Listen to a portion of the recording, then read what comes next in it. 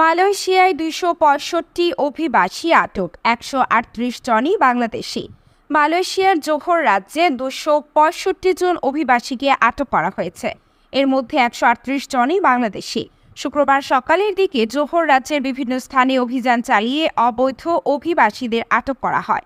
বৈধ work permit ছাড়া কাজ এবং বিনা লাইসেন্সে ব্যবসা পরিচালনার দায়ে তাদের আটক দেশটির জোহর অভিবাসন বিভাগ। পুলিশ জানায়, প্রথম অভিযানে ৫৩০ জন বিদেশিকে তল্লাশি করা হয়। এর মধ্যে ২০৭ জনকে বিভিন্ন অভিযোগে আটক করা হয়। দ্বিতীয় অভিযানে আটক করা হয় আরও ৫৮ জনকে। এছাড়া অবৈধ বিদেশিদের সুরক্ষা দেওয়ার অভিযোগে এক স্থানীয় নাগরিককেও আটক করা হয়েছে।